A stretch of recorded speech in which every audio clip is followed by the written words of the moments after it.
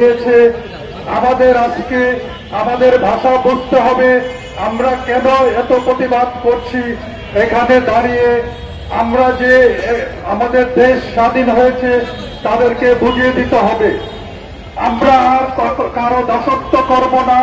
আমাদের সামনে এখন সময় হয়েছে, ভবিষ্যৎ আমাদের প্রধানমন্ত্রী হবে যিনি এদেশের জনগণের হৃদয়ে যার স্পন্দিত, সে আমাদের ভবিষ্যৎ প্রাইম মিনিস্টার ইনশাল্লাহ তারেক রহমান সাহেব অচিরেই দেশে ফিরে আসবেন ইনশাল্লাহ।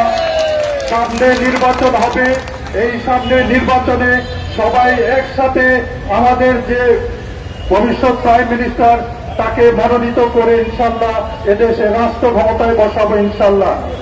আমি বক্তব্য দীর্ঘায়িত করব না। আজকে যেখানে আপনারা উপস্থিত হয়েছেন, ভারতীয় পণ্য বয়কট, সেটা আমরা একযোগে বয়কট করব। তাদের আমরা ভাষা বুঝিয়ে দিব।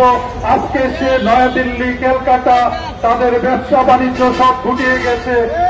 এতদিন আমাদের উপর ডিপেন্ড করেছে, আমরা তাদের বুঝিয়ে দিব তারা আমাদের শত্রু না।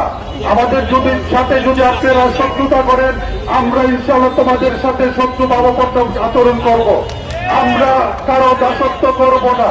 একটি অবৈধ সরকার এবং রাজনীতিকে কুলসিত করার জন্য শেখ হাসিনা রাষ্ট্রযন্ত্রকে যেমন ব্যবহার করেছে, সাংবিধানিক প্রতিষ্ঠানগুলোকে ব্যবহার করেছে, জনগণের বিরুদ্ধে, জনগণের ভোটের অধিকারের বিরুদ্ধে, গণতান্ত্রিক অধিকারের বিরুদ্ধে, ঠিক একইভাবে তার অবৈধ ক্ষমতাকে টিকিয়ে রাখার জন্য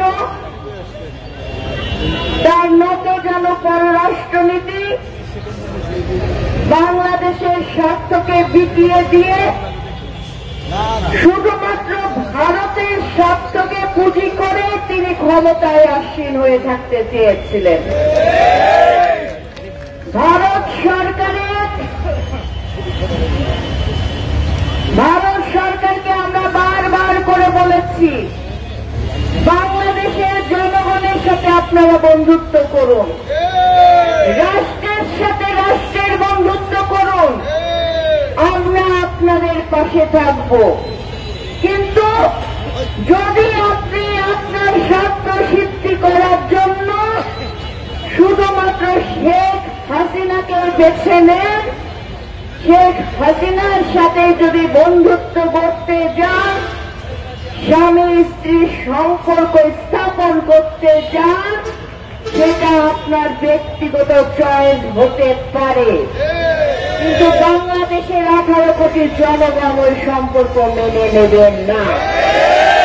বাংলাদেশের 18 কোটি জনগণ রক্ত দিয়ে দ্বিতীয়বার বাংলাদেশকে স্বাধীন করেছে, ভারতের দাসত্ব গ্রহণ করার জন্য নয়।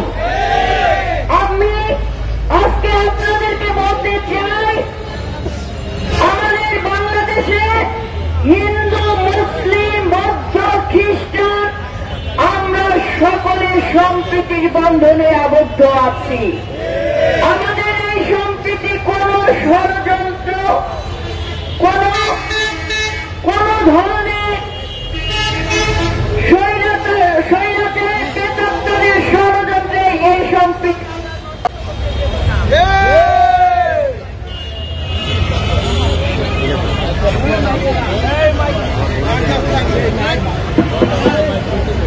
আমি আপনাদেরকে বলতে চাই, আজকে থেকে বাংলাদেশের প্রত্যেকটি পাড়ায় পাড়ায়, মহল্লায় মহল্লায় আপনারা দেশীয় পণ্য কেনার জন্য মানুষকে উদ্বুদ্ধ করবেন।